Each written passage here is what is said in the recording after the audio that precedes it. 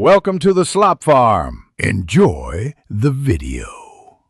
You start now, shut down, power up, and immediately press the BIOS key shown on screen Del, F2, or ESC until the firmware menu appears.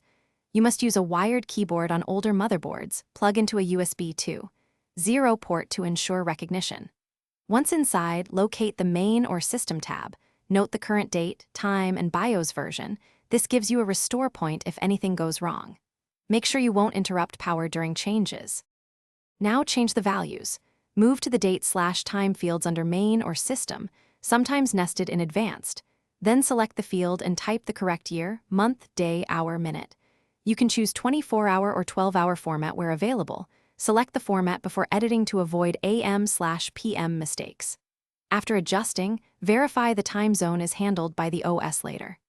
Once done, choose Save and Exit or press F10, Confirm, and allow the system to reboot so settings take effect. Finish by booting into your operating system and checking the clock. If it's off, enable Internet time synchronization or run a manual sync.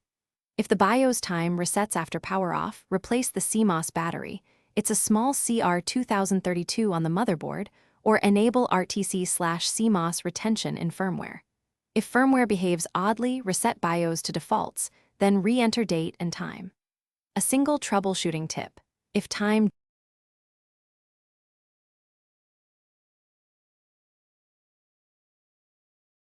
Thanks for watching.